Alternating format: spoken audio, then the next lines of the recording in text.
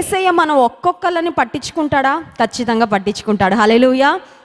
యేసయ్య మన ఒక్కరి గురించే శ్రద్ధ తీసుకుంటారా? ఖచ్చితంగా శ్రద్ధ తీసుకుంటారు. హల్లెలూయా. ఆయన ఈ లోకంలో బ్రతికిన 33.5 సంవత్సరాలలో ఆయన అనేక మంది వ్యక్తులను కలుసుకున్నారు. లెక్కలేనంత మంది వ్యక్తులను కలుసుకున్నారు. లెక్కలేనన్ని అద్భుత క్రియలు చేశారు. అద్భుత క్రియలన్నీ, ఆయన మాట్లాడిన సంభాషణలన్నీ కనుక బైబిల్ గ్రంథంలో రికార్డ్ అయింటే మనం మోయగలిగినంత పుస్తకంగా మాత్రం బైబిల్ ఉండేది కాదు. చాలా హ్యూజ్ బుక్ అయిపోయేది. సో దేవుడు మనకి ఏ విషయాలు ప్రాముఖ్యంగా మనకు అవసరమో వాటన్నిటినీ దేవుడు బైబిల్ గ్రంథంలో వ్రాయించారు. సో యోహాను సువార్త 4వ అధ్యాయంలో యేసుక్రీస్తు ప్రభువారు ఒక ప్రాంతానికి వెళ్ళారు అనే మాట చూస్తున్నాం. యేసు ప్రభు ఒక మాటలో చెప్పాలంటే ద బిజియెస్ట్ పర్సన్. ఆయన భూమి మీదకి వచ్చి ఆయన మానవ రూపంలో ఈ లోకంలో జీవించినప్పుడు he had only 33.5 years time. మనకైతే చూడండి, నేను 33 సంవత్సరాలు దాటేసాను. నా వయసు ఎంతో చెప్పను కానీ మీకు అందరికి తెలుసు కదా, మీ వయసు ఎంతో మీకు తెలుసు. సో మన లైఫ్లో we believe that we are going to live long. మనందరం నమ్ముతాం ఏంటంటే దేవుడు మనకి దీర్ఘాయువును ఇస్తాడని. నమ్మిన వారు ఆమెన్ చెప్పండి. ఆమెన్. దేవుడు ఇస్తాడు, దీర్ఘాయువు ఇస్తాడు, ఆరోగ్యం ఇస్తాడు, క్షేమం ఇస్తాడు, కృప ఇస్తాడు. కానీ యేసుక్రీస్తు ప్రభువారు ఈ లోకానికి వచ్చే సమయానికి ఆయన పుట్టుకకు ముందే ఆయనకు తెలుసు ఆయన భూమి మీదకి ఎందుకు వస్తున్నారు, ఆయన ఎంతకాలం ఇక్కడ ఉంటారు, ఆయన ఎంతమంది వ్యక్తులను కలుసుకుంటారు, ఆయన ఎంత పరిచయం చేస్తారు, ఆయన ఎలా మరణిస్తారు, అవన్నీ ఆయనకు ముందే తెలుసు. ఎందుకంటే దేవాతి దేవుడు దాన్ని గూర్చిన జ్ఞానం కలిగిన వాడు, వర్తమానాన్ని గూర్చిన జ్ఞానం కలిగిన వారు, భవిష్యత్తును గూర్చి కూడా ఆయనకి సంపూర్ణంగా తెలుసు. సో యేసు ప్రభు ఈ లోకానికి రాకముందే he knows that he has only 33.5 years time. కేవలం 33.5 సంవత్సరాలు మాత్రమే సమయం ఉందని యేసయ్యకు తెలుసు. ఒకవేళ భారతదేశానికి వేరే దేశాల్లో ఉన్న వాళ్ళు కొన్నిసార్లు వారి బంధువుల్ని, తల్లిదండ్రులు కలవడానికి వస్తూ ఉంటారు. వచ్చినప్పుడు వాళ్ళు చెప్పే మాట ఏంటంటే 10 రోజులు ఉన్నాం కానండి మాకు టైం సరిపోలేదండి, నెల రోజులు ఉన్నామండి ఎలా అయిపోయిందో తెలియదండి, ఇంకా కలవాలనుకున్న చాలా మందిని కలవలేకపోయాము, ఇంకా వెళ్ళాలనుకున్న చాలా ప్రాంతాలకు వెళ్ళలేకపోయాము, చేయాలనుకున్న చాలా పనులు చేయలేకపోయాము, ఈ లిమిటెడ్ టైం మాకు సరిపోలేదండి అని చెప్తూ ఉంటారు. యేసు ప్రభు కేవలం 33.5 సంవత్సరాలు మాత్రమే ఈ భూమి మీద ఆయన ఉంటారు, పరిచర్య చేస్తారు, మన రక్షణ కొరకు ఆయన సిలువలో మరణిస్తారని ఆయనకి ముందే తెలుసు. అయితే యేసు ప్రభు ఇలా పెద్ద పెద్ద గుంపుల్లో, పెద్ద పెద్ద ఆడియన్స్ ముందు ఆయన సువార్త చెప్పడం మాత్రమే కాదు, కానీ ఒక్క స్త్రీని మార్చడానికి ఒక ఊరికి వెళ్ళారంట. అది సుకారు అనే ప్రాంతము. 4వ అధ్యాయం 4వ వచనంలో ఈ మాట నాకు చాలా ఇష్టం. చూడండి, ఆయన సమరయ మార్గమున వెళ్ళవలసి వచ్చెను. He had to go. Why was Jesus compelled to go? యేసు ప్రభుని వెనకాలండి బలవంత పెట్టేవారు ఎవరైనా ఉన్నారా? యేసు ప్రభు తల్లిదండ్రులు సుకారు ప్రాంతానికి వెళ్ళాలయ్యా ఈరోజు అని చెప్పేవాళ్ళు ఎవరైనా ఉన్నారా? యేసు ప్రభుని ఫోర్స్ చేయడానికి ఎవరు లేరు.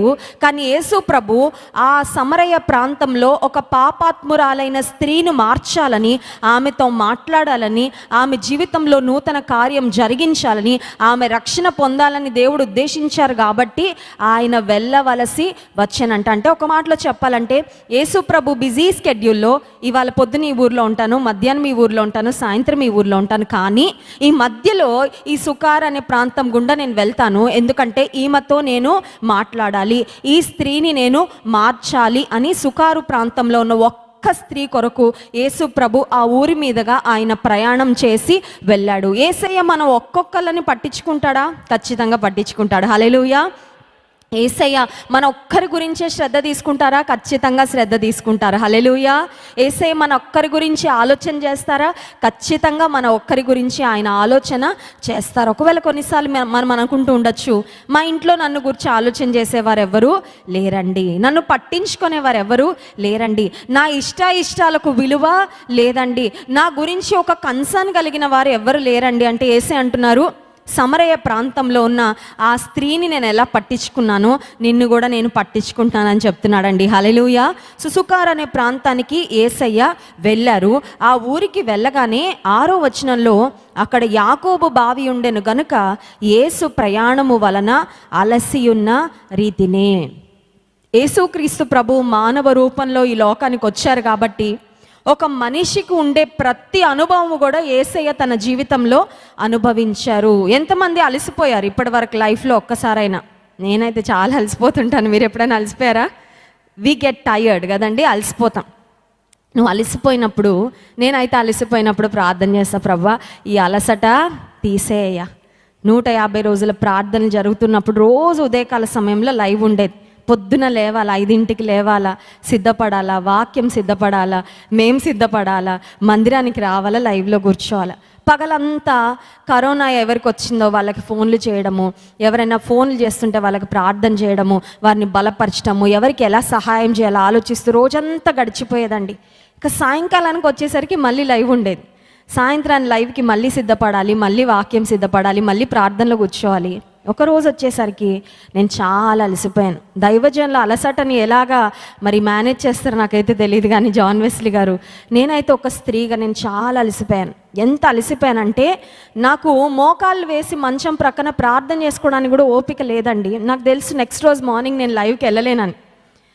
అయితే నేను దైవజనులతో చెప్పేశాను, రేపు మార్నింగ్ నేను రాలేనండి, ఎందుకంటే నాకు చాలా నీరసంగా ఉంది, నాకు ఓపిక లేదు, నేను పరిగెత్తలేకపోతున్నా, అలసిపోయానంటే దైవజనులు అన్నా, నువ్వు ప్రార్థన చేసుకొని పడుకో, రేపు మార్నింగ్ దేవుడు ఎలా నడిపిస్తాడో చూడు అని చెప్పారు.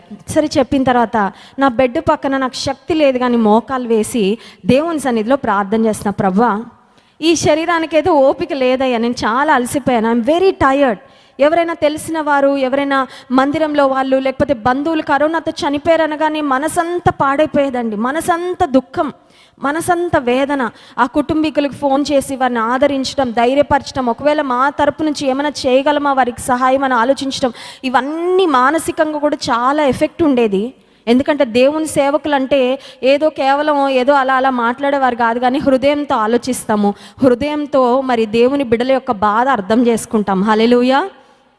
సో ఆ సమయంలో నేను ప్రభుతో చెప్పాను, ప్రభు నాకు ఇంకా శక్తి లేదయ్యా, నువ్వు ఇవ్వకపోతే శక్తి నేను ఏమీ చేయలేను, నన్ను నువ్వు నింపయ్యా, ఈ రాత్రి నేను పడుకుంటాను, నీ హాస్పిటల్లో నేను అడ్మిట్ అవుతున్నా ఈ రాత్రి. అంటే అక్కడ హాస్పిటల్లో అడ్మిట్ అవ్వడం అంటే నాట్ ఫిజికలీ బట్ స్పిరిచువల్లీ. నేను చెప్పాను, ఏసయ్య నీ హాస్పిటల్లో నేను అడ్మిట్ అవుతున్నా ఈరోజు రాత్రి, పొద్దున కల్లా నాకు నువ్వు ఏం ఎక్కిస్తావు ఎక్కిచ్చేసి పొద్దున కల్లా నాకు శక్తి ఇవ్వాలి అని ప్రార్థన చేసుకొని పడుకున్నానండి. ఆశ్చర్యము, ఉదయకాల సమయంలో ఫ్రెష్గా నూతన శక్తితో దేవుడు మెలకువ ఇచ్చాడు. హల్లెలూయా.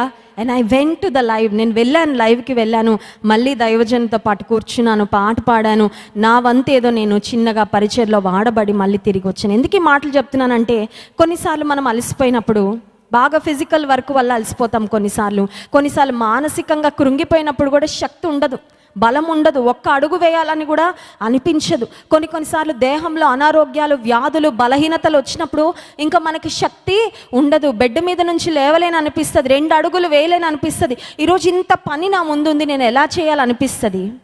అలాంటి సమయంలో మన అలసటను ఎవరు అర్థం చేసుకుంటారో తెలుసా? దేవుడు అర్థం చేసుకుంటాడు. హల్లెలూయా. ఎందుకంటే యేసుక్రీస్తు ప్రభు కూడా ఈ లోకంలో జీవించినప్పుడు ఆయన అలసిపోయారంట. అలసట అంటే ఏంటో యేసయ్యకి అర్థమవుతుందా? మన మోకాళ్ళు వేసి, అయ్యా నేను అలసిపోయాను అయ్యా నాకు శక్తి ఇవ్వంటే యేసయ్య అంటాడు, నాకు తెలుసు అలసట అంటే ఏంటో నాకు తెలుసు అంటాడు యేసయ్య. హల్లెలూయా. సుకార్ అనే గ్రామం దగ్గరకు ఆయన ప్రయాణం చేసి వెళ్తున్నప్పుడు మిట్ట మధ్యాహ్నం అంట, ఆ ఎండ చాలా వేడిగా ఉండుంటుంది. ఆ ఎండ ఆ రోజుల్లో ఇప్పుడులాగా క్యాబ్ సర్వీసెస్, ఆ తర్వాత బైకులు ఇవేం లేవండి. యేసుక్రీస్తు ప్రభు కేవలం కాలినడకనే ఆయన ప్రయాణం చేశాడు. He was also tired. So he understands when you feel restless and tired. నీవు అలసట చెందినప్పుడు, నీవు అలసిపోయినప్పుడు, నువ్వు బలహీనపడినప్పుడు నీ పరిస్థితి యేసయ్య బాగా అర్థం. యేసయ్య నేను అలసిపోయానయ్యా అని ఆయనకి చెప్పొచ్చా, చెప్పకూడదా? చెప్పచ్చు. ఆయనకు అన్నీ చెప్పచ్చు. హల్లెలూయా. ఆయనకు అన్నీ తెలుసు, కానీ ఆయనకు అన్నీ నువ్వు చెప్పచ్చు.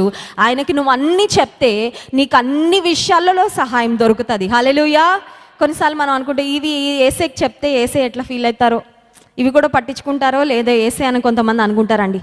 You can share with him your deepest secrets. తెలుసా, నువ్వు ఎవ్వరికి చెప్పని రహస్యాలు కూడా నువ్వు యేసయ్యకి చెప్పచ్చు. హల్లెలూయా.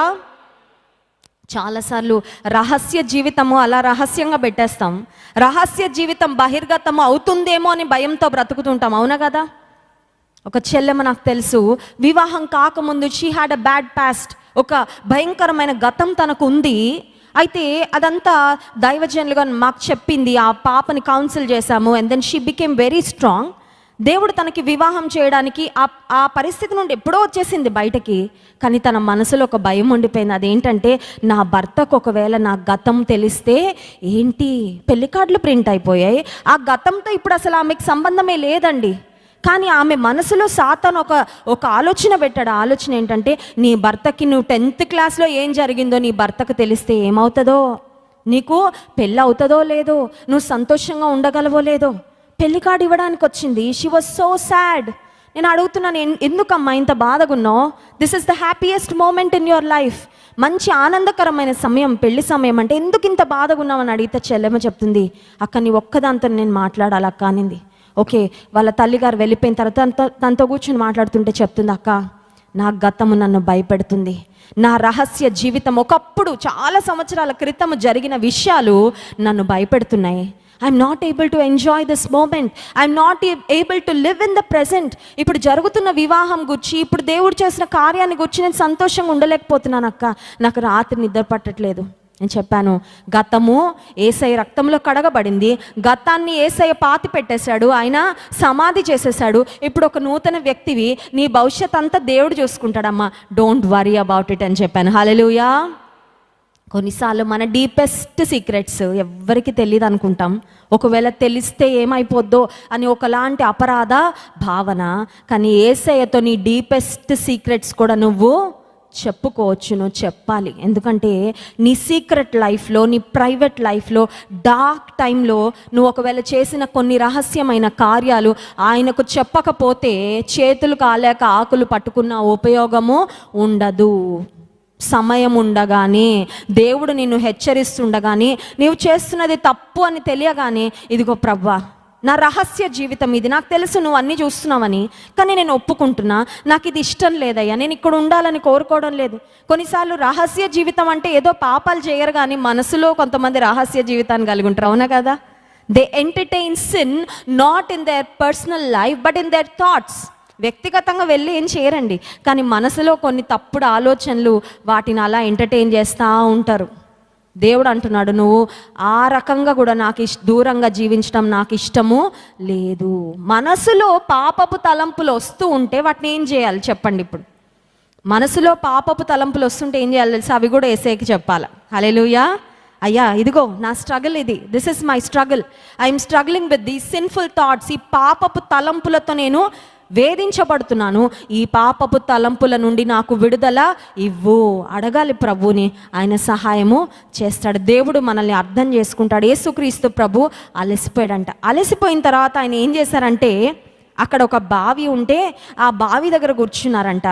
7వ వచనంలో, సమరయ స్త్రీ ఒకతే నీళ్లు చేదుకొనుటకు అక్కడికి రాగా, యేసు నాకు దాహమునకు ఇమ్మని ఆమెను అడిగెను. సమరయ స్త్రీ ఎవరో యేసయ్యకి ముందే తెలుసు. సమరయ స్త్రీ చరిత్ర ఏంటో యేసయ్యకి ముందే తెలుసు. సమరయ స్త్రీ మధ్యాహ్నం 12ంటికి నీళ్లు పట్టుకోవడానికి ఎందుకు వచ్చిందో కూడా యేసయ్యకి తెలుసు. యూజువల్గా స్త్రీలకి తెలుసు, మనం నీళ్ళు ఎప్పుడు పట్టుకుంటామండి? ఉదయం పట్టుకుంటాము, లేకపోతే సాయంకాలం పట్టుకుంటాం, అంతే కదా. అంటే ఇప్పుడు అంటే ఇంట్లోకి వచ్చేస్తున్నాయి లేండి ట్యాప్స్లో, ఇప్పుడు అంత అవసరం లేదు. కానీ బట్ ఒకప్పుడు వాటర్ లేనప్పుడు, వాటర్ స్కేర్సిటీ, నీటి కొరత ఉన్న ప్రాంతాల్లో యూజువల్గా ఆ ట్యాంకర్ వచ్చినా, లేకపోతే పైప్ వచ్చినా, ట్యాప్ వచ్చినా ఎప్పుడు వస్తుంది? అది యూజువల్గా ఉదయం వస్తుంది, లేకపోతే సాయంకాలం వస్తుంది. ఈమె బావి దగ్గర నీళ్లు చేదుకోవడానికి 12ంటికి ఎందుకు వెళ్ళిందంటే, ఈమెకు ఎవ్వరికి కనబడడం ఇష్టము లేదు. ఇంకొక మాటలో చెప్పాలంటే, ఈమంటే ఆ ప్రాంతంలో వారికి అందరికి అసహ్యం. Because she is living a sinful life. ఆమెకు ఒక మంచి క్యారెక్టర్ లేదు, ఆమెకు ఒక చక్కని జీవితం లేదు. అందుకని ఆమె అనుకుంది, అందరి యొక్క చిన్న చూపు, అందరి యొక్క తక్కువ చూపు నేను ఎందుకు పడాలి?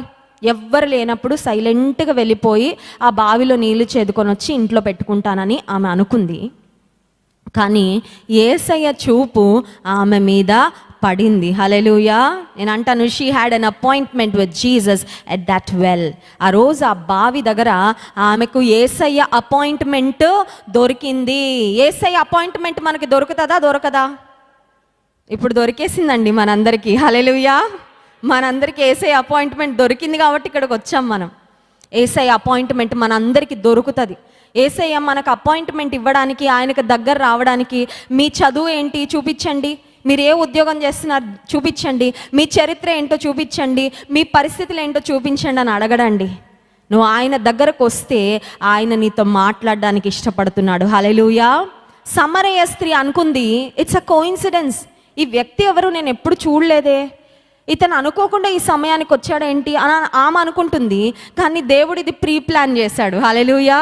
కొన్నిసార్లు మనం అనుకుంటాం, కొన్ని ఆకస్మికంగా జరిగితే కొంతమంది వాడే మాటలు ఏంటంటే యాక్సిడెంటల్గా జరిగిందండి. ఒకవేళ అనుకోకుండా మంచి జరిగింది అనుకోండి, లక్కీగా జరిగిందండి అంటారు కదా. లక్కీగా అదృష్టం కలిసి వచ్చి జరిగిందండి అంటారు. అనుకోకుండా మంచి జరిగితే. అనుకోకుండా చెడు జరిగితే ఏమంటారు? యాక్సిడెంట్ అండి, దురదృష్టవశాత్తు, ప్రమాదవశాత్తు. ఈ మాటలు ఎక్కువ వాడుతూ ఉంటారు చాలామంది. అని దేవుని బిడలంగా దురదృష్టవశాత్తు కానీ, ప్రమాదవశాత్తు కానీ, ఆ తర్వాత అదృష్టవశాత్తు కానీ ఏమీ జరగవు. అన్నీ దేవుని ప్రణాళిక ప్రకారమే జరుగుతాయి. హల్లెలూయా. దేవుని ప్రణాళిక ఉంది ఆమె పట్ల ఆ రోజు. అందుకే యేసుక్రీస్తు ప్రభు ఆ సమయానికి ఆ బావి దగ్గర వచ్చి కూర్చొని, it was almost like Jesus was waiting for her.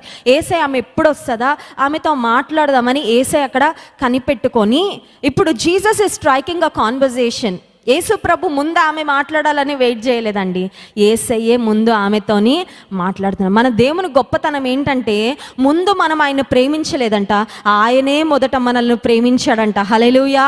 ముందు మనం ఆయన ఏర్పాటు చేసుకోలేదంట, ఆయనే మొదట మనలను ఏర్పాటు చేసుకున్నాడు. దేవుడు ఎప్పుడు కూడా ఫస్ట్ స్టెప్ ఆయన తీసుకున్నాడండి. ఆ ఫస్ట్ స్టెప్ దేవుడు తీసుకున్నాడు. ఆయన వేసిన అడుగుకు, దేవుడు ఇచ్చిన ఆ నడిపింపుకు మనం స్పందించాలి. దేవుడు ఎప్పుడు ముందే ఉంటాడు అన్ని విషయాలు, కానీ ఆయన పిలుపుకు స్పందించే హృదయము మనకు ఉండాలి. ఆయన మాటకు స్పందించే హృదయం మనకు ఉండాలి. సరే, యేసు ప్రభు ఆమెతో మాట్లాడుతున్నారు ఏమనంటే, నాకు దాహమునకు ఇమ్ము. వెంటనే ఆమెకు ఒక ప్రశ్న వచ్చింది. అదేంటంటే 9వ వచనంలో, ఆ సమరయ స్త్రీ, యూదుడవైన నీవు సమరయ స్త్రీనైన నన్ను దాహమునకు ఇమ్మని ఎలాగ అడుగుచున్నావని ఆయనతో చెప్పెను. ఏలయనగా యూదులు సమరయులతో సాంగత్యము చేరు. ఒక మాటలో చెప్పాలంటే, సొసైటీలో ఆ తారతమ్యాలు ఉండేవండి, ఆ డిఫరెన్స్ ఉండేది. ఏంటంటే యూదులు చాలా ఉన్నతమైన వారు, సమరయులు చాలా తక్కువ స్థితిలో ఉండేవాళ్ళు. ఇప్పుడు యేసు ప్రభు యొక్క ముఖము, ఆయన యొక్క maybe his skin colour, maybe his way of dressing, ఆయన విధానము, ఆయన రూపురేఖలు, ఆయన పరిస్థితులు అన్నీ చూడగానే ఒక అర్థమైపోయింది, ఈయన మాత్రం సమరయుడు కాదు, హీఈస్ అ ఫారినర్, మా ప్రాంతానికి చెందినవాడు కాదు. ఈయన నాతో మాట్లాడుతున్నాడు ఏంటి? అసలు యూదులకు సమరయులకు పొంతనే ఉండదు. యూదులు చాలా సుపీరియర్గా ఫీల్ అవుతారు, సమరయులు చాలా ఇన్ఫీరియర్. యూదులు అంటే చాలా ఉన్నత స్థితిలో ఉన్నవారు, వారు ఎప్పుడు హెచ్చించుకుంటారు. సమరయులు చాలా తక్కువ స్థితిలో ఉంటాడు. ఆ గొప్ప స్థితిలో ఉన్న యూదుడైన ఈ వ్యక్తి నా దగ్గరకు వచ్చి మాట్లాడుతున్నాడు ఏంటి అని ఆమె ఆలోచిస్తుంది. ఆమె అడుగుతుంది, అయ్యా నువ్వు వచ్చి నన్ను ఎందుకు అడుగుతున్నావు నీటి కొరకు అని అడిగితే, యేసు ప్రభు ఆమెతో చెప్పిన మాట 10వ వచనంలో, అందుకు యేసు, నీవు దేవుని వరమును నాకు దాహమునకిమ్మని నిన్ను అడుగుచున్న వాడెవడు, అదియు ఎరిగి ఉంటే నీవు ఆయనను అడుగుదువు, ఆయన నీకు జీవజలమిచ్చునని ఆమెతో చెప్పెను. యేసయ్య నీళ్ళు అడిగారు. యేసయ్య ఏమంటున్నారంటే, నీతో మాట్లాడుతున్న నేను ఎవరినో నీకు తెలిస్తే నువ్వు నన్ను ఒకటి అడుగుతావమ్మా. నేను నిన్ను నార్మల్ వాటర్ అడిగాను, ఆ మామూలు నీటితో దాహం తీరుతుంది, కడుపులోకి నీరు వెళ్ళడం వల్ల శరీరం ఆరోగ్యంగా ఉంటుంది. ఎందుకంటే human body is made of 70% water. మానవ దేహంలో 70% నీళ్లు ఉంటాయంట. నీళ్ళు ఎక్కువ తాగాలంట. డాక్టర్స్ చెప్తారు, నీళ్ళు ఎక్కువ తాగితే ఆరోగ్యంగా ఉంటారు, దేహంలో అవయవాలు కూడా బాగా పనిచేస్తాయని చెప్తారు. ఈమె దగ్గర యేసుప్రభు అడుగుతున్న నీళ్లు కేవలం ఈ శరీరానికి దాహం తీర్చడానికి ఉపయోగపడతాయి. కానీ యేసయ్య అంటున్నారు, నేను నిన్ను ఈ నీళ్ళు అడుగుతున్నాను, కానీ నేను ఎవరినో నీకు తెలుసుంటే నువ్వు నన్ను జీవజలం ఇవ్వమని అడిగుండేవాడివి. ఆమెకు అప్పటి వరకు జీవజలం అనే మాట ఎప్పుడు వినుండదండి, ఎప్పుడు వినుండదు. జీవజలం అంటే ఏంటి? ఇంగ్లీష్ బైబిల్లో ఉంది లివింగ్ వాటర్. లివింగ్ వాటర్, బ్రతికున్న నీరు అన్నమాట. జీవజలము. జీవజలము అంటే ఏంటి? Why did Jesus say that he will give her the living water? యేసుక్రీస్తు ప్రభు ఆమెకు జీవజలం ఇస్తాను అని ఎందుకు చెప్పారు? అసలు యేసు ప్రభు దగ్గర జీవజలం ఎందుకుంది, ఎలా ఉంది? ఆయన ఏమన్నా వెనకాల ట్యాంకుల్లో జీవజలాన్ని మోసుకుంటూ వెళ్తున్నాడా? యేసు ప్రభు అన్నాడు, నేనే మార్గమును సత్యమును జీవమును. హల్లెలూయా. Jesus said, I am the way, the truth and the life. యేసు ప్రభు జీవం కాబట్టి ఆయన దగ్గర ఉన్నవన్నీ జీవమైనవే. హల్లెలూయా. ఆయన దగ్గర చచ్చిపోయినవి ఏం లేవండి. యేసు ప్రభు బ్రతికున్న కాలంలో ఒక మాట అన్నారు, ఏమనంటే జీవాహారము నేనే అన్నారు. I am the bread of life. జీవాహారము నేను. ఇప్పుడు ఈమెతో అంటున్నాడు, నేను నీకు జీవజలము ఇస్తాను, నువ్వు నన్ను అడిగితే నేను నీకు జీవజలము ఇస్తాను అనగానే ఆమెకు అర్థం అవట్లే. అసలు జీవజలం గురించి ఎప్పుడు వినలేదే. ఈ రోజుల్లో వాటర్కి చాలా ప్రాధాన్యత ఉంది. చూడండి, మనం ఒకవేళ పాడైపోయిన నీరు తాగితే కలెరా వచ్చేస్తుంది, డయేరియా వచ్చేస్తుంది, వ్యాధులు వచ్చేస్తాయి, ఈవెన్ ప్రాణం కూడా పోతుంది. ఒకవేళ కలుషితమైన నీరు తాగితే ప్రాణం కూడా పోతుంది. ఇప్పుడు డాక్టర్స్ చాలా ఎక్కువగా ఆల్కలైన్ వాటర్ అని చెప్తున్నారు. ఆల్కలైన్ వాటర్ తాగితే శరీరం చాలా ఆరోగ్యంగా ఉంటుందంట, కొన్ని రకాలైన క్యాన్సర్స్ కూడా పోతాయంట ఆల్కలైన్ వాటర్ తాగితే అని చెప్తా ఉన్నారు. నేనేమి ఆల్కలైన్ వాటర్కి అడ్వర్టైజ్మెంట్ చేయట్లేదండి, నేను ఏం చదివానో అది చెప్తున్నాను. సరే, క్రికెట్ స్టార్స్, సెలబ్రిటీస్ అంట ఒక్కొక్క వాటర్ బాటిల్ ₹1,00,000 కాస్ట్ అంట. ఆ వాటర్ తాగుతారంట. ఎందుకంటే ఆ వాటర్ తాగడం వల్ల వాళ్ళకి మంచి ఆరోగ్యము వస్తుందని. So what ever it might be, ఈమె అనుకుంటుంది, ఈ జీవజలం గురించి నేను ఎప్పుడు వినలేదే. మినరల్ వాటర్ గురించి విన్నాము, బాయిల్డ్ వాటర్ గురించి విన్నాము, డిస్టిల్డ్ వాటర్ గురించి విన్నాము, ఇంకో వాటర్ గురించి విన్నాం, కానీ లివింగ్ వాటర్ గురించి నేను ఎప్పుడు వినలేదే.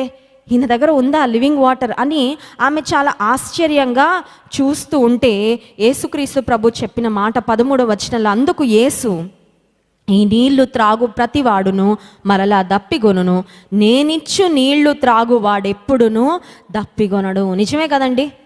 ఒక 1 లీటర్, 2 లీటర్స్, 3 లీటర్స్ వాటర్ మనం ఇంటి దగ్గర తాగేసి వెళ్ళినా కాసేపు ఎండలో తిరిగి బయట నడిచామనుకోండి, మళ్ళీ మనకి ఏమొస్తుంది? మన క్యామెల్స్ లాగా కాదు కదా, ఒంటెలు అంట దేహంలో ఎన్నో లీటర్లు అవి కూర్చుకుంటాయంట. దాదాపు 3 ట్యాంకులు నీరంతా వాటి కడుపులో, బెల్లీలో స్టోర్ చేసుకుంటాయంట. అందుకని నీరు లేకుండా కొన్ని రోజుల పాటు ఈ క్యామెల్స్ బ్రతుకుతాయి, సర్వైవ్ అవుతాయంట డెజర్ట్ ఏరియాస్లో. కానీ మనకు తెలుసు, మనం ఎంత నీరు తాగినా మళ్ళీ మనకి దాహము వేస్తుంది. యేసు ప్రభువు ఈ భౌతికపరమైన నీటికి, ఆయన ఇచ్చే జీవజలానికి మధ్యలో ఉన్న తేడా ఏంటో చెప్తున్నారు. There is a huge difference between normal water and living water. సామాన్యంగా మనము తాగే నీటికి, యేసు ప్రభు ఇచ్చే జీవజలానికి మధ్యలో చాలా వ్యత్యాసము ఉంది. ఒక మాట గమనించండి, ఈ లోకం ఇచ్చే ఆనందానికి, దేవుడిచ్చే ఆనందానికి చాలా తేడా ఉంది. ఈ లోకం ఇచ్చే సంతోషానికి, దేవుడిచ్చే సంతోషానికి చాలా తేడా ఉంది. ఈ లోకం ఇచ్చే సంతృప్తికి, దేవుడిచ్చే సంతృప్తికి చాలా తేడా ఉంది. అందుకే యేసయ్య అన్నారు, నా శాంతినే మీకు అనుగ్రహించుచున్నాను, లోకం ఇచ్చినట్టు కాదు అన్నారు.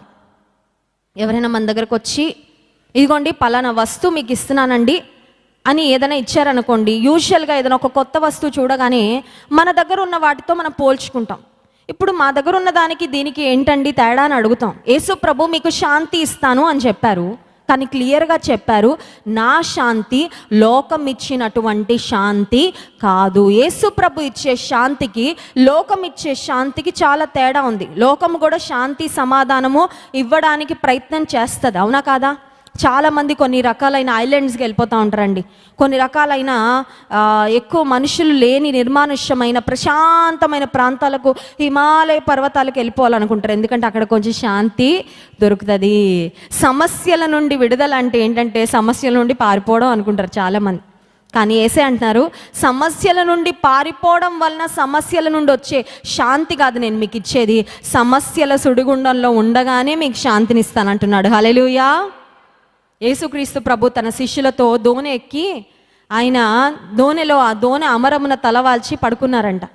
పడుకున్న సమయంలో వెంటనే తుఫాన్ రాగానే అందరూ, మిమ్మల్ని నేను ఒడ్డుకు పడేస్తాను అనలేదండి యేసయ్య. అన్నారండి, మిమ్మల్ని హెలికాప్టర్ తెప్పించి ఎయిర్ లిఫ్ట్ చేపించి, తెలుసా అండి, కొన్నిసార్లు కొంతమంది పేషెంట్స్ బాగా సిక్ అయిపోతే రోడ్డు మీద వారిని అంబులెన్స్లో ఒక పెద్ద హాస్పిటల్కి తీసుకెళ్ళడానికి సమయం లేనప్పుడు, ప్రాముఖ్యంగా మరి సెలబ్రిటీస్, రాజకీయ నాయకులు ఇలాంటి వారు ఏం చేస్తూ ఉంటారంటే ఎయిర్ లిఫ్ట్ చేస్తారు. ఎయిర్ లిఫ్ట్ అంటే ఏంటంటే ఒక హెలికాప్టర్ వస్తుంది, హెలికాప్టర్లో ఆ బాడీని తీసుకెళ్ళి హెలికాప్టర్లో పెట్టుకొని, ఫర్ ఎగ్జాంపుల్ రాజమండ్రి నుండి ఒక బెంగళూరు, ఒక హైదరాబాద్ తీసుకెళ్ళాలంటే ఎయిర్ లిఫ్ట్ చేస్తారన్నమాట. చాలా ఖర్చు అవుతుంది. కానీ నేల మీద, భూమి మీద ఒక అంబులెన్స్లో తీసుకెళ్తే ఈ ట్రాఫిక్, ఆ తర్వాత ఈ సిగ్నల్స్, ఈ టోల్ గేట్స్ ఇవన్నీ మనం లేకుండా, గాల్లో ట్రాఫిక్ ఉండదు కాబట్టి స్పీడ్గా వెళ్ళిపోద్ది అనమాట. సో యేసు ప్రభు ఆ తుఫాను మధ్యలో తన శిష్యులతో మిమ్మల్ని అందరినీ ఎయిర్ లిఫ్ట్ చేసేసి ఆ ఒడ్డును పడేస్తాను అన్నాడండి యేసయ్య. మీరు ఈ తుఫాన్లో బాగా కంగారు పడిపోతున్నారు, నేను ఒక ఒక మ్యాజిక్ చేసేసి మిమ్మల్ని అందరినీ ఒక హెలికాప్టర్లోనో ఒక ఫ్లైట్లోనో అక్కడ నుంచి ఎత్తేసి మళ్ళీ మిమ్మల్ని నేల మీద పడేస్తానని అనలేదు. యేసు ఏమన్నాడు తెలుసా? ఆయన సముద్రములో ఉండగానే, ఆ తుఫాను మధ్యలో ఉండగానే తన ప్రజలతో ఆయన పలికిన మాట, మీకు నేను చూసుకుంటా, మీరేం కలవరపడాల్సిన అవసరము లేదు అని యేసయ్య గాలిని తుఫానును గద్దించాడంటండి. హల్లెలూయా. చాలాసార్లు అనుకుంటాం, ఈ వ్యక్తి నా జీవితంలో లేకపోతే నాకు తుఫానే ఉండదు అనుకుంటారు కొంతమంది, అవునా కదా? ఫలానా వ్యక్తి అండి, నా ప్రాబ్లం అంతటికి కారణం ఫలానా వ్యక్తే, వాళ్ళు లేకుండా పోతే నాకు ఎంత ప్రశాంతంగా ఉంటుందో. కొంతమంది అనుకుంటే ఈ జాబేనండి నాకు పెద్ద టెన్షను, ఈ జాబ్ కాకుండా ఇంకొక జాబ్కి వెళ్ళిపోతే ఎంత ప్రశాంతంగా, ఈ ఊరేనండి నాకు పెద్ద ప్రాబ్లం, ఈ ఊరు కాకుండా ఇంకే ఊరికి వెళ్ళినా నేను బాగా బ్రతికేస్తానండి, ప్రశాంతంగా ఉంటానండి, సమాధానంగా ఉంటానండి. కాదు. Escaping from the place of trouble is not the solution. దేవుడు చెప్తున్న మాట ఏంటంటే, నువ్వు ఎక్కడ సమస్య ఉందో ఆ సమస్య సృష్టించే వ్యక్తుల దగ్గర నుండి నువ్వు పారిపోవడం వలన, సమస్యను సృష్టించే ఆ ప్రదేశం నుండి నువ్వు పారిపోవడం వలన నీకు ఇచ్చే సమాధానం అది దేవుడిచ్చే సమాధానము కాదు. ఒక చెల్లెమ్మ, ఒక సహోదరి కొన్ని వారాల క్రితం క్రైస్ట్ వర్షిప్ సెంటర్కి వచ్చింది. మొత్తం దేహం అంతా కాలిపోయింది. అడిగాను, ఏమైందమ్మా, what happened? I like to connect to people and I like to listen to their stories. ఎవరైనా వ్యక్తులను కలిస్తే వారి జీవితంలో జరిగిన సంఘటనల గురించి నేను తెలుసుకోవాలని ఆశపడతాను, ఎందుకంటే అలాంటి పరిస్థితుల్లో వేరే వాళ్ళు ఎవరు పడకుండా వారిని హెచ్చరించాలని చెప్పింది. 8th క్లాస్ చదువుతున్నాను అక్క, మా అమ్మమ్మ వాళ్ళ ఊర్లో ఉన్నాను, మా అమ్మమ్మ తిట్టింది, కోపంతో కెరసిన్ పోసుకున్నాను, ఇదిగో ఇలా అయింది. చాలా బాధ అనిపించిందండి. అందమైన జీవితాన్ని చేతులారా కాల్చేసుకుంది అనిపించింది చెల్లెమ్మ. చాలా స్ట్రగుల్ అవుతున్నాను అక్క నేను. నిజమే, కొన్నిసార్లు క్షణికావేశంలో తీసుకునే నిర్ణయాలు మనిషికి ఎంత నష్టాన్ని తీసుకొస్తాయో. Don't take permanent decisions with your temporary problems. Don't take permanent decisions in your temporary problems. Problem ఇవాళ ఉంటుంది, రేపు పోద్ది, ఈ నెల ఉంటుంది, వచ్చే నెల కనబడదు, ఈ సంవత్సరం నీకు స్ట్రగుల్ ఉండొచ్చు, వచ్చే సంవత్సరం ఉండదు. కానీ నీకున్న తాత్కాలికమైన సమస్యలలో శాశ్వతమైన పరిష్కారాలు, నిర్ణయాలు తీసుకోవద్దు. శాశ్వతమైన పరిష్కారం ఇచ్చే దేవుడు మనకు ఉన్నంత కాలము శాశ్వతమైన నిర్ణయాలు మనం తీసుకోవాల్సిన, తప్పుడు నిర్ణయాలు తీసుకోవాల్సిన అవసరం లేదు. హల్లెలూయా. యేసుక్రీస్తు ప్రభు ఆమెతో చెప్తున్నాడు, నువ్విచ్చే నీళ్లు నేను దాగినా నువ్వు దాగినా మళ్ళీ దాహం వేస్తుందమ్మా, కానీ నా దగ్గర జీవజలం ఉంది, ఆ జీవజలం ఎవరైనా త్రాగితే వారు ఎన్నడూ దప్పికొనరు. So Jesus was trying to tell her that he has the permanent solution for her problems. యేసే ఆమెతో ఏం చెప్తున్నారంటే, నీ దగ్గర ఉన్న సమస్యలకు శాశ్వతమైన పరిష్కారం నా దగ్గర ఉంది. నీ మనసులో ఎన్ని ఆలోచనలు ఉన్నాయో నాకు తెలుసమ్మా, నువ్వు లోపల ఎంత కృంగిపోతున్నావో నాకు తెలుసు, నువ్వు లోపల ఎంతో కుమిలిపోతున్నావు నాకు తెలుసు, నువ్వెంత అపరాధ భావనతో జీవిస్తున్నావు నాకు తెలుసు. యేసయ్య ఆమెతో చెప్తున్నాడు, నేనిచ్చే నీళ్లు త్రాగువాడు ఎన్నడూను దప్పికొనడు. వెంటనే ఏమంటుంది, అయ్యా ఆ నీళ్ళు ఏవో కొద్దిగా నాకు ఇచ్చేయ్యా. రోజు మధ్యాహ్నం ఈ బావి దగ్గరికి బిందేసుకొని రావడం, ఇవన్నీ మళ్ళీ ఎవరు చూస్తున్నారా నన్ను, మళ్ళీ వాళ్ళు నా గురించి వెనకాల ఏం మాట్లాడుకుంటారా, ఇవన్నీ ఆలోచనలతో సతమతం అయిపోతున్నాను. ఆ జీవజలం కొంచెం నాకు ఏదైనా ఒక బుడ్డిలో కానీ బిందెలో కానీ నింపేస్తే హ్యాపీగా నేను ఇంట్లో కూర్చొని నా జీవితాన్ని నేను అలా గడిపేసుకుంటాను. ఈమెమో భౌతిక పరంగా ఆలోచిస్తుంది, యేసయ్య ఏమో ఆధ్యాత్మికంగా ఆమెతో మాట్లాడుతున్నాడు. Her thinking was at this level, but Jesus was speaking at this level. ఆమె యొక్క మాటలు చాలా తక్కువ స్థాయిలో ఉన్నాయండి, కేవలం ఈ దేహాన్ని గురించి ఆమె ఆలోచిస్తుంది. కానీ యేసయ్య చెప్తున్న మాటలు చాలా ఉన్నతంగా ఉన్నాయి. ఆమె అడుగుతుంది, యేసయ్య నీ దగ్గర ఉన్న నీళ్లు నాకు ఇవ్వయ్యా అని అడగగానే యేసయ్య వెంటనే ఆమె యొక్క జీవితాన్ని గురించి మాట్లాడుతున్నాడు.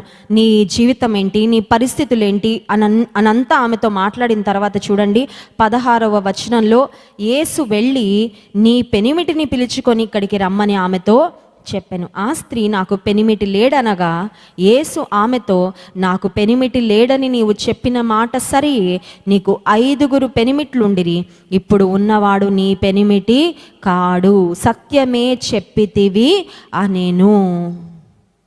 యేసు ప్రభు నీ భర్తను పిలుచుకురా అనగానే ఆమె అంటుంది భర్త లేడు అంటుంది. అప్పుడు యేసు ప్రభు అన్న మాట ఏంటో తెలుసా, నిజమే నీకు భర్త లేడు, నీకు సొంతగా ఒక్క వ్యక్తి కూడా నీకు భర్తగా లేడు, కానీ ఒకప్పుడు నీకు 5 ఉన్నారు, ఇప్పుడు ఇంకొక అతనితో నువ్వు సహజీవనం చేస్తున్నావు అని చెప్పగానే షాక్ అయిపోయిందండి. ఎందుకంటే ఆమె యేసు ప్రభుని అప్పటి వరకు ఎప్పుడూ చూడలేదు. యేసు ప్రభుతో అప్పటి వరకు ఎప్పుడు మాట్లాడలేదు. ఆమె అనుకుంటుంది నా రహస్య జీవితం ఎవ్వరికి తెలీదు, నా స్ట్రగుల్స్ ఎవరికి తెలీదు, నా దేహాన్ని నేను ఎందుకు అమ్ముకొని బ్రతుకుతున్నాను ఎవరికి తెలీదు, నా వేదనలు ఎవరికి తెలీదు, నా దేహంలో ఉన్న వ్యాధులు ఎవరికి తెలీదు అని ఆమె అనుకుంటుంది. అని యేసుక్రీస్తు ప్రభు ఒక్కసారిగా ఆమె చరిత్ర అంతా తెరిచిన పుస్తకంలాగా బట్టబయలు చేయగానే her understanding about Jesus has changed. కళ్ళు తెరుచుకున్నాయండి. ఆమె యేసుని గురించి చెప్తున్న మాట ఏంటంటే 19వ వచనంలో, అప్పుడు ఆ స్త్రీ, అయ్యా నీవు ప్రవక్తవని గ్రహించు. ప్రవక్తలకు తప్ప ఇంత జ్ఞానమా, ఇంత అవగాహన, ఒక తెలియని వ్యక్తి గురించి ఇంతగా నువ్వు చెప్పగలుగుతున్నావంటే నువ్వు సామాన్యుడవు కాదయ్యా, నువ్వు ప్రవక్తం అంటుందండి. దేవునితో మనం సమయం గడిపే కొద్దీ we will understand how little we are and how great God is. హల్లెలూయా. దేవునితో మనం సమయం గడిపే కొద్దీ మనం ఎంత చిన్నవాళ్ళమో దేవుడు ఎంత గొప్పవాడో మనకు అర్థం అవుతుంది, అర్థం అవ్వాలి కూడా. కొంతమంది దేవుడితో సమయం గడుపుతూ కూడా అనుకుంటారు దేవుడికి మనం సలహాలు ఇచ్చేయచ్చని. ఎప్పుడైనా ఇచ్చారండి సలహాలు? దేవునికి ఐడియాలు ఎప్పుడైనా ఇచ్చారా? అడ్వైజరీ బోర్డు లాగా మనం ఏదో ఉన్నట్టు. కొన్నిసార్లు దేవా అద్భుతం చేయ్యా, ముందు ఇలా చేయ్యా, తర్వాత ఇలా చేయ్యా, ఇలా మాట్లాడుతూ ఉంటాం కదండి. దేవుడు అనుకుంటాడు వీళ్ళు అసలు ఏమనుకుంటున్నారు, నా జ్ఞానం ముందు వీళ్ళకున్న చిన్న జ్ఞానాన్ని పెట్టుకొని నాకు సలహాలు ఇస్తే దేవుడు నవ్వుకుంటారేమో కొన్నిసార్లు మనల్ని చూసి కదండి, మన ప్రార్థనలు చూసి. కొన్నిసార్లు our understanding about God should increase as we spend time with him. దేవునితో మనం సమయం గడిపే కొద్దీ ఆయనను గూర్చిన అవగాహన పెరగాలి. ఇప్పుడు ఆమె అవగాహన అయితే వచ్చింది కానీ దేవుడు అని తెలుసుకోవట్లేదు, ప్రవక్త అంటుంది. ఆ తర్వాత యేసుక్రీస్తు ప్రభు ఆమెతో 24వ వచనంలో ఒక మాట చెప్తున్నారు చూడండి. దేవుడు ఆత్మ గనుక ఆయనను ఆరాధించువారు ఆత్మతోనూ సత్యముతోనూ ఆరాధింపవలెను. ఆమె కూడా, ఆమె పితరులు కూడా అప్పటి వరకు ఆరాధన చేశారంట. కానీ యేసే అంటున్నారు, మీరు ఇప్పటి వరకు చేసిన ఆరాధన సరి అయిన ఆరాధన కాదు. If you want to worship God, మీరు నిజంగా దేవుణ్ణి ఆరాధన చేయాలంటే ఆత్మతో సత్యముతో దేవుని ఆరాధించాలి. యేసుక్రీస్తు ప్రభు ఆమెకు ఒక డివైన్ రెవల్యూషన్, ఒక మాటలో చెప్పాలంటే ఒక అద్భుతమైన ప్రత్యక్షత ఆ సమరయ స్త్రీకి దేవుడు ఇస్తున్నాడు. ఎందుకు ఇచ్చాడంటే ఆమె యేసే దగ్గర నిలబడి లేకపోతే కూర్చొని మాట్లాడుతూ ఉంది కాబట్టి. ఆమెను గూర్చి ఆమెకు ఒక అవగాహన వచ్చింది, దేవుని గూర్చిన ఒక అవగాహన వచ్చింది, దేవుని ఎలా ఆరాధించాలో కూడా దేవుడు ఆమెతో మాట్లాడుతున్నాడు. Let me tell you something. మనం దేవుళ్ళు ఎదుగుతున్నామంటే అర్థం ఏంటంటే దేవుని పట్ల మన ప్రవర్తనలో ఒక మార్పు రావాలి, దేవుని ఆరాధించే విధానంలో మార్పు రావాలి, దేవుని గణపరిచే విధానంలో మార్పు రావాలి, దేవునికి ప్రార్థన చేసే విధానంలో మార్పు రావాలి. నేను రక్షణ పొందానండి 30 సంవత్సరాల క్రితం, అప్పటి నుండి ఇప్పటి వరకు అదే ప్రార్థన అండి. కొంతమంది టేప్ రికార్డర్ ప్రార్థన ఉంటుంది తెలుసా అండి? టేప్ రికార్డర్ ప్రార్థన అంటే ఫస్ట్ లైన్ నుంచి లాస్ట్ లైన్ వరకు అవే ఉంటాయి, ఇంకేం ఉండవు. కొంతమంది తెలుసా అండి, వాళ్ళు ప్రార్థన చేసినప్పుడు కొంతమంది మా అమ్మగారులు అమ్మమ్మగారులు అట్లా ఉంటారు కదా, వాళ్ళ ఫస్ట్ లైన్ తర్వాత నెక్స్ట్ లైన్ ఏమొస్తుందో మాకు ముందే మైండ్లో వచ్చేస్తూ ఉంటుంది. ఎందుకంటే విని విని ఓహో నెక్స్ట్ ఇది నెక్స్ట్ ఇది నెక్స్ట్ ఇది అందులోనే వస్తుందండి. ప్రార్థన అంటే నువ్వు కంఠస్థం చేసి పరలోకమందున మా తండ్రి అనేది కాదు. ప్రార్థన అంటే హృదయం విప్పి నీ పరలోకపు తండ్రితో మాట్లాడేది. హల్లెలూయా. ఈమె దేవునితో మాట్లాడుతూ ఉంటే she was getting a new revolution, ఒక నూతనమైన ప్రత్యక్షత ఆమె పొందుకుంటూ ఉంది. ఇప్పుడు అంటుంది, అయ్యా నాకు నిన్ను గురించి అర్థమైందయ్యా. 25వ వచనం, ఆ స్త్రీ ఆయనతో, క్రీస్తనబడిన మెస్సియా వచ్చినని నేను ఎరుగుదును, ఆయన వచ్చినప్పుడు మాకు సమస్తమును తెలియజేయనని చెప్పగా యేసు నీతో మాట్లాడుచున్న నేనే అని ఆమెతో చెప్పెను. హల్లెలూయా. యేసే అంటున్నాడు, క్లారిటీగా మాట్లాడేశాడండి. యేసే క్లారిటీగా మాట్లాడతారా లేకపోతే చుట్టూ చుట్టూ తిరిగి మాట్లాడతారా? కొంతమందికి ఏమన్నా కావాలంటే డైరెక్ట్గా అడగరండి, ఇండైరెక్ట్గా మనతోనే అడిగించుకుంటారు. అలాంటివి దేవుడికి ఇష్టం ఉండదండి. Let me tell you, God likes straight, frank, transparent people. దేవుడికి యథార్థంగా, స్వచ్ఛంగా, నేరుగా, సూటిగా, మంచిగా మాట్లాడే వాళ్ళంటే ఇష్టం. కొంతమంది అన్ని తిరగదిప్పించి ముక్కు ఎక్కడంటే ఇట్లా చూపించాడంట, ఇట్లా చూపించాడంట, ఇట్లా నాకు అందట్లేదు కూడా నా చెయ్యి, ఇట్లా చూపించచ్చు కదా ముక్కు ఎక్కడంటే ఇట్లా చూపించచ్చు. కొంతమంది ఇలా తిరిగి యూటర్న్ తీసుకొని ఎందుకండి తిప్పలు. యేసుప్రభు ఆమెతో సూటిగా మాట్లాడుతున్నాడు, నీకు ఒక అండర్స్టాండింగ్ వచ్చిందమ్మా, మెస్సియా వస్తాడు అనుకుంటున్నావు, నేనే ఆ మెస్సియాను. యేసయ్య ఆమెతో స్పష్టంగా తెలియజేయగానే ఆమె వెంటనే అంగీకరించింది. She accepted the truth. మన జీవితంలో ఆశీర్వాదం ఎప్పుడు వస్తుందంటే దేవుని గుర్చిన అనుభవ జ్ఞానాన్ని అంగీకరించడంలో. హల్లెలూయా. నాకు తెలుసండి యేసుప్రభాదని, నాకు తెలుసండి, నేను చదివానండి, నేను విన్నానండి. అది కాదండి, విన్నది నువ్వు విశ్వసిస్తున్నావా? చదివినది నువ్వు విశ్వసిస్తున్నావా? నువ్వేది నమ్ముతున్నావో దాని మీద నీకు నిజంగా ఒక స్థిరమైన నమ్మకం ఉందా?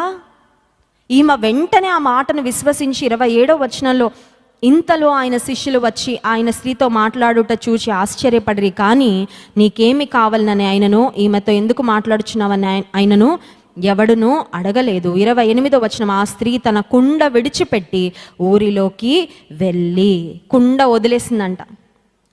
ఈ నీళ్ళ కోసం ఇంతవరకు వచ్చాను కానీ నాకు జీవజలము దొరికింది, నాకు దేవుడు దొరికాడు, నాకు రక్షకుడు దొరికాడు, నాకు మెస్సియా దొరికాడని వెంటనే షీ టుక్ యాక్షన్.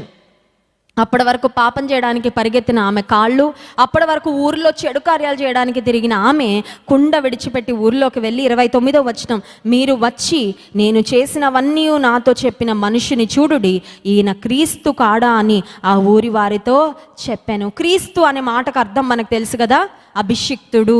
యేసు అను మాటకు అర్థము రక్షకుడు, క్రీస్తు అను మాటకు అర్థము అభిషిక్తుడు. ఈమె ఊరిలో వాళ్ళందరికీ వెళ్ళి చెప్తుంది, ఈ నోరు ఇప్పటి వరకు పాపపు మాటలు మాట్లాడడానికి వాడాను, చాలా మంది పురుషులను లొంగ తీసుకోవడానికి ఒకవేళ ఆమె నోటిని అప్పటి వరకు వాడిందేమో, ఈ కాళ్ళు ఇప్పటి వరకు పాపక్రియలు చేయడానికి పరిగెత్తాయి, కానీ ఇప్పుడు నా కాళ్ళు యేసే కొరకు పరిగెడతాయి అనుకుంది. హల్లెలూయా. ఊరిలోకి వెళ్ళి she became N gospel preacher అండి, సువార్త చెప్తుంది ఆమె. ఆ ఊరిలో ఉన్న వారందరినీ ఆమె యేసయ్య వద్దకు నడిపించింది. యేసు ప్రభు నేను ఆ ఊరికి వెళ్ళాలి అనుకొని వెళ్ళారు. ఆ ఒక్క ఆత్మ రక్షింపబడడం ద్వారా ఆ ఊరిలో అనేక మంది సువార్తను ఈ స్త్రీ ద్వారా విన్నారు. హల్లెలూయా. 7 పురుషులతో సహజీవనం చేసిన ఈ సమరయ స్త్రీ ఇప్పుడు మనకి ఎక్కడ కనబడుతుంది? పరలోక రాజ్యంలో. హల్లెలూయా. మనం వెళ్తే మనకు కనబడుతుందండి. ఆమె చరిత్ర అంతా దేవుడు ఆయన రక్తంలో కడిగేశాడు. She is washed with the blood of the lamb. యేసు రక్తంలో ఆమె పాపాలని కడగబడ్డాయి. ఆమె ఇప్పుడు పరలోకంలో మనం చూస్తే ఆమె ఒక సువార్త సేవ చేసిన స్త్రీ. హల్లెలూయా. నువ్వు ఎంత భయంకరమైన గతాన్ని కలిగి ఉన్నా నీ భయంకరమైన గతాన్ని యేసు ప్రభు దగ్గర ఒప్పుకొని పాతి పెడితే you are a new creation in Christ. హల్లెలూయా. నీ చరిత్ర దేవుడు ఎన్నడూ జ్ఞాపకము చేసుకోడు.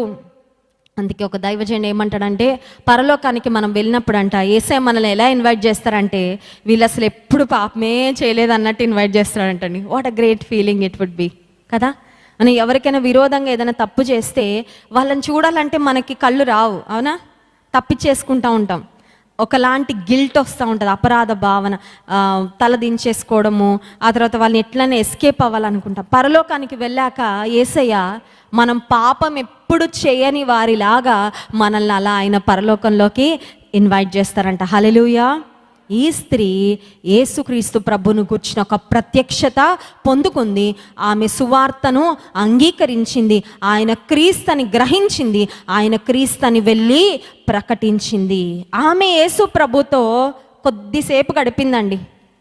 ఆమె ఎంతసేపు గడుపుంటుందంటే ప్రాబబ్లీ a few hours, కొన్ని నిమిషాలు అయిండొచ్చు, మేబీ 1 గంట అయిండొచ్చేమో. ఎందుకంటే శిష్యులు ఊర్లోకి వెళ్ళి బయటకు వచ్చేసరికి ఇదంతా అయిపోయింది, ఈ కాన్వర్జేషన్, సంభాషణ అంతా అయిపోయింది. యేసుప్రభుతో అంత కొద్దిసేపు గడిపితేనే ఆమె జీవితం అంత మారితే, యేసుప్రభు సన్నిధిలో మనం చాలాసేపు గడిపేస్తున్నాం, అవునా కదా? చాలాసేపు గడుపుతున్నాం, మనం ఇంకెంత మారాలి? సముద్రపు ఒడ్డున గులకరాళ్ళు ఉంటాయంట. సముద్రపు నీరు వాటి మీద నుంచి వెళ్తూనే ఉంటుంది, కానీ ఆ రాయిని తీసుకొని గట్టిగా పిండండి, ఒక్క చుక్కన నీరు వస్తుందండి? ఒక్క చుక్క కూడా రాదు. ఎందుకంటే ఆ రాయి ఫిక్స్ అయిపోయింది, నేను ఒక్క చుక్క నీటిని కూడా తీసుకొని. That's the nature of a stone. కొన్నిసార్లు కొంతమందికి రాతి లాంటి హృదయం ఉంటుంది, అంటే అందరికీ గుండె ఒకేలా ఉంటుంది లేండి లోపల, but I'm talking about the spiritual sense, ఆధ్యాత్మిక విధానంలో మాట్లాడుతున్నాను. కొంతమందికి రాతి లాంటి హృదయం ఉంటుంది. ఈ రాతి లాంటి హృదయం ఏంటంటే స్పందనే ఉండదు, కదలిక ఉండదు, కదలరు, మెదలరు. ఇక్కడ ఎంత బలమైన వాక్యం విన్నా నా గాదిలే అనుకుంటా, తల మీద నుంచి వెళ్ళిపోతూ ఉంటాయి కదండి. నేను మొన్న దుబాయ్ ప్రాంతానికి పోయిన వారం శుక్రవారము సాయంకాలం నేను బయలుదేరి దుబాయ్లో మన క్రైస్ట్ వర్షిప్ సెంటర్లో దేవుని వాక్యం అందించడానికి వెళ్ళడం జరిగింది. సరే, ప్రయాణానికి ముందే దైవజనులు జాన్ వెస్లీ గారు నీకు ఏ సీటు కావాలని అడిగారు. ఫ్లైట్లో ఖాళీ సీట్లు ఉంటాయి, మనం సెలెక్ట్ చేసుకోవచ్చు. నేను అన్నాను, నాకంటే ఎక్కువ మీరే ప్రయాణం చేస్తారు, మీరే ఏది బెస్ట్ సీటో నా కోసం సెలెక్ట్ చేయండి అని చెప్పాను దైవజనులకి. సరే, ఈ సీటు బాగుంటుంది, ఇక్కడ కొంచెం కాళ్ళు కదుపుకోవడానికి, కాళ్ళు కొంచెం మరి ఫ్రీగా ఉండడానికి ఎక్కువ స్పేస్ ఉంటుంది, నీకు ఈ సీటు బుక్ చేస్తానని బుక్ చేశారు. సరే, వెళ్ళి కూర్చున్నాను. మీకు తెలుసు కదా, పోయిన వారం 3 రోజుల మీటింగ్లు తర్వాత నా లగేజ్ని నేను పరిగెత్తుకుంటూ సర్దుకున్నాను. అప్పటి వరకు ఎప్పుడు అనుభవం లేదు, నడుచుకుంటూ సర్దుకుంటాం మామూలుగా, పరిగెట్టుకుంటూ సర్దానండి. అంత హడావిడి అయిపోయింది. సరే, చాలా అలసిపోయి ఫ్లైట్ ఎక్కి కూర్చోగానే నా ప్రక్కకు ఒక వ్యక్తి వచ్చారు, చూడ్డానికి అమెరికన్లా ఉన్నారు. ఆయన సరే కూర్చోగానే ఏదో మాట్లాడితే నేను చెప్పాను, నా భర్త గారు పాస్టర్ గారండి, మేము సేవ చేస్తూ ఉంటామని చెప్పాను. 2 మాటలు మాట్లాడగా నేను చెప్పగానే ఆయన అన్నాడు, నేను కూడా పాస్టర్ గారిని అన్నాడు. హల్లెలూయా, నేను కూడా పాస్టర్ గారిని అనగానే ఇంకా నా కళ్ళు ఇట్లా మెరిసాయి. అబ్బా, దేవుని చిత్తమేమో. ఎక్కడండి మీరు పాస్టర్ గారు అంటే ఆయన చెప్పాడు, ఐగుప్తు దేశంలో పాస్టర్ గారిని అని చెప్పాడు. హల్లెలూయా, ఐగుప్తు అని ఎన్ని ప్రసంగాలు చెప్పానో నేను కదండి. మనం ఐగుప్తు అని వింటూనే ఉంటాం. ఐగుప్తు దేశంలో సేవ చేసిన పాస్టర్ గారిని దేవుడు నా పక్కన పెట్టారండి. ఒక 50 సంవత్సరాల పైన ఉంటుంది ఆయనకు వయసు. సరే, ఆయన కూర్చుని ఫ్లైట్ దిగే వరకు మాట్లాడుతూనే ఉన్నాం. ఆయన ఐగుప్తు దేశాన్ని గురించి, ఆయన ప్రపంచంలో చాలా ప్రాంతాలు తిరిగి సువార్త సేవ చేస్తున్నప్పుడు ఆయన పొందిన అనుభవాలు, మన పరిచయం గురించి నేను చెప్తా వచ్చాను. సో ఫ్లైట్ అంతా నేను అనుకున్నాను, ఏ సీటు కావాలని దైవజనులు అడిగారు, కానీ దేవుడు బెస్ట్ సీటే దైవజనుల ద్వారా నా కొరకు ఏర్పాటు చేశారు అనుకున్నాను. హల్లెలూయా. మామూలు వేరే సీట్లో కూర్చుని నిద్రపోయేదాన్నేమో 4 గంటలు. ఆ 4 గంటలు కూడా చాలా చక్కగా మరి అనేక విషయాలు, మరి దేవుని సేవను గురించి, బైబిల్ గురించి కూడా చాలా విషయాలు మాట్లాడడం జరిగింది. సరే, ఆ పాస్టర్ గారు ఒక విషయం చెప్పారు. ఐగుప్తు దేశంలో ఒక ప్రాంతంలో ఉన్న వారిని గురించి ఈ మాటలు చెప్తూ ఉంటారు అంట. అదేంటంటే, ఒక దగ్గర బ్రెయిన్స్ అమ్మకానికి పెట్టారంట. అంటే గోటు బ్రెయిన్ కాదండి, గోటు బ్రెయిన్, ఫిష్ బ్రెయిన్ చాలా రుచిగా ఉంటాయి అంటారు, అవునా కదండి. గోట్ బ్రెయిన్ చాలా టేస్టీగా ఉంటుంది అంటారు. చేప బ్రెయిన్ తింటే బ్రెయిన్ పెరుగుతుంది అంటారు. చేపలో తల ముక్కలే తింటారు కొంతమంది, చాలా టేస్టీగా ఉంటుంది, బ్రెయిన్ కూడా బాగా పెరుగుతుంది అంటారు, చాలా తెలివిగా ఉంటారండి అని. ఒక దగ్గర బ్రెయిన్లు అమ్ముతున్నారంటండి. ఆ బ్రెయిన్లలో ఒక్కొక్క బ్రెయిన్కి రేట్ రాసి ఉందంట. ఫస్ట్ అమెరికా బ్రెయిన్ ఉందంట. అమెరికా బ్రెయిన్ $500 అంట. $500 అంటే తక్కువేం కాదు. America brain $500. సరే, ఆ పక్కన జర్మనీ బ్రెయిన్ ఉందంట. జర్మనీ బ్రెయిన్ ఏమో $1000 అంట. అమెరికా బ్రెయిన్ $500 అంటే మరి అమెరికన్స్ సూపర్ పవర్ నేషన్, వాళ్ళు చాలా విషయాల ముందుంటారు. సో అమెరికా బ్రెయిన్ ఏమో $500, పక్కన జర్మనీ దేశం కూడా చాలా విషయాలు కనుగొన్నారు, వాళ్ళు ఇన్వెన్షన్స్, డిస్కవరీస్ చేశారు, అదేమో $1000 అంట. ఆ పక్కన ఆ ఈజిప్ట్ పాస్టర్ గారు చెప్పారు, ఈజిప్ట్ బ్రెయిన్ ఒకటి అమ్మకానికి పెట్టారంట. ఈజిప్ట్ బ్రెయిన్, ఐగుప్తు బ్రెయిన్, ఆ బ్రెయిన్ $5000 అంట. ఎంత? $5000 అంటే చాలా ఎక్కువ అండి. $5000 ఎందుకంటే ఆ బ్రెయిన్ అప్పటి వరకు ఎవరు వాడలేదంట. వాడని బ్రెయిన్ కాబట్టి ఎన్ని డాలర్లు? 5000. మందిరానికి వచ్చి మనం కూడా బ్రెయిన్ వాడాలి, అర్థమవుతుందండి. ఈ బ్రెయిన్ వాడకపోతే వేస్ట్. కొంతమంది మందిరంలో కూర్చొని తల ఊపేసి వెళ్ళిపోతారు, కానీ బ్రెయిన్ వాడరు. అంటే బ్రెయిన్ వాడరు అంటే ఏంటి? బ్రెయిన్లోకి ఏం వెళ్ళనివ్వరు, బ్రెయిన్లోకి ఏం తీసుకోరు. ఫాస్టింగ్ ప్రేయర్ అయిపోయి వెళ్ళాక దైవజనులు ఏం చెప్పారంటే, ఏం చెప్పారోనండి కదండి, ఏం చెప్పారో బాగా చెప్పారండి, కానీ ఏం చెప్పారో మమ్మల్ని అడగద్దండి అంటారు కదండి. మనం బ్రెయిన్ ఏం చేయాలండి? వాడాలి. వాడకపోతే ఈ బ్రెయిన్ వేస్ట్ అయిపోద్ది, అర్థమవుతుందండి. డాక్టర్స్ ఏం చెప్తారంటే, బ్రెయిన్ ఎంత వాడితే అంత షార్ప్ అవుతుందంట. కొన్నిసార్లు మనం అనుకుంటాం, ఈ బ్రెయిన్ అన్ని గుర్తుపెట్టుకోలేదు అనుకుంటాం కదా. ఈ బ్రెయిన్ అన్ని గుర్తుపెట్టుకోలేదు, ఈ బ్రెయిన్ని ఓవర్లోడ్ చేయొద్దు, ఈ బ్రెయిన్లో ఎక్కువ సంగతులు పెట్టేస్తే బ్రెయిన్ షట్ డౌన్ అయిపోతుందేమో, కంప్యూటర్లో డేటా వేసేసి కంప్యూటర్ ఆగిపోద్ది కదా. ఈ ఫోన్ నిండా డేటా పెట్టేసుకుంటే ఫోను బ్లాంక్ స్క్రీన్ వచ్చేస్తుంది కదా. కొన్నిసార్లు మనం అనుకుంటాం, ఈ బ్రెయిన్ని బాగా నింపేస్తే ఈ బ్రెయిన్ ఆగిపోతుందని. కాదు, శాస్త్రవేత్తలు ఏం చెప్తున్నారంటే, బ్రెయిన్ ఎంత వాడితే అంత షార్ప్ అవుతుంది. యూదులు చాలామంది తమ పిల్లలకు చిన్న వయసులోనే ఆదికాండం, నిర్గమకాండం, లేవికాండం, సంఖ్యాకాండం, ద్వితీయోపదేశకాండం కంఠస్థం పెట్టిస్తారంటండి. పేర్లు కాదు, పుస్తకాలు. 5 పేర్లు కాదు, 5 కాండాల పేర్లు అంటే అవి కాదు చెప్పడం, మొత్తం పుస్తకాలు ఫ్రమ్ కవర్ టు కవర్. పెంటాటెక్ అంటారు, తోరా అంటూ ఉంటారు కూడా. సో ఈ 5 గ్రంథాలను యూదులు తమ పిల్లలకు చిన్న వయసులోనే మొత్తం ప్రతి పదం కంఠస్థం చేపిస్తారండి. వాళ్ళు నేర్చుకుంటారండి. యూదులు ప్రపంచంలో ఎన్ని డిస్కవరీస్ చేశారో. యూదులు, ఇజ్రాయెల్ దేశము ఒక మాటలు చెప్పాలంటే ప్రపంచంలో అన్ని దేశాల కంటే ముందు స్థానంలో ఉంటుంది. ఎందుకంటే వాళ్ళు దేవుని వాక్యాన్ని అలా పఠిస్తారు కాబట్టి. హల్లెలూయా. ఉదయకాల సమయంలో కూడా దేవుని గుర్చిన జ్ఞానముతో మన తలను, మన మెదడును ఏం చేయాలండి? నింపాలా. అర్ధరాత్రి లేపినా కూడా ఏం రావాలి మనకి? కొంతమందికి అర్ధరాత్రి లేవగానే బూతు మాటలు వస్తాయి. మా ఇంటి పక్కన ఒక ఆమె ఉండేది మా చిన్నతనంలో. ఆమె బ్రెయిన్ నిండా బూతులేనండి. పొద్దున 6 గంటలకు లేచి సుప్రభాతం భర్త మీద, కొడుకుల మీద, కూతుర్ల మీద, అందరి మీద చదువుతూ ఉండేది బూతులు. ఆమెమో ఇంటి ఓనరు, మేమేమో టెనెంట్స్. అయితే మందిరం పక్కనే బిల్డింగ్ ఉందని అందులో దిగాం మేము. ఇంకా అప్పుడు మా నాన్నగారు అన్నారు, ఈ బూతుల పారాయణం విన్నామంటే పిల్లలుగా మేము కూడా నేర్చేసుకుంటాం. ఎందుకంటే విన్నవి తెలియకుండా వెళ్ళిపోతాయి. ఇల్లు మారిపోయామండి. ఎందుకంటే అలాంటి మాటలు మన చెవిన కూడా పడకూడదు అని. మనం ఏవి వింటామో అది మన మనసు మీద చాలా ప్రభావాన్ని చూపిస్తాయి. దేవుని మాటను వినాలి. ఆమె దేవుని మాటలు వినింది, స్పష్టంగా వినింది. సమరయ స్త్రీ, ఆమె జీవితంలో ఒక క్రియ జరిగింది. నువ్వు నిజంగా వింటున్నావంటే నీ జీవితంలో అది కనబడుతుంది, ఇంపాక్ట్. హల్లెలూయా. వింటున్నాను కానీ ఏం జరగట్లేదు, నేను మారట్లేదు అంటే నువ్వు సరిగ్గానే వినట్లేదు. Maybe you are not listening the right way. సరైన విధానంలో వింటే ఈమె దేవుని గుర్చిన అనుభవ జ్ఞానము పెరిగింది. ఒక సువార్తికురాలిగా she was filled with courage, ధైర్యంతో నింపబడిందండి. ఊరిలోకి వెళ్ళి ఇప్పుడు నేను చెప్తే ఎవరైనా వింటారా లేదా అనే ఆలోచన రాలే. చాలాసార్లు మనం దేవుని కొరకు ఏమైనా చేయాలంటే మనకు వచ్చే ఆలోచన ఏంటి? ఎవరేమనుకుంటారో, ఎవరేమంటారో, ఎవరు నా గురించి ఏం మాట్లాడుకుంటారో. So many times we are more concerned about people's opinions కదండి. ప్రజలు ఏమనుకుంటారో అని ఆలోచించి ఆగిపోతూ ఉంటాం, చేయాల్సినవి చేయం. జీవితం అలానే గడిచిపోతుంది. నువ్వు చేయాలనుకున్న ప్రభు కొరకు చేసేయి వెంటనే. హల్లెలూయా. నైకీ అని ఒక బ్రాండ్ ఉంటుంది. ఆ బ్రాండ్కి ఒక క్యాప్షన్ ఉంటుంది. ఏంటి తెలుసా?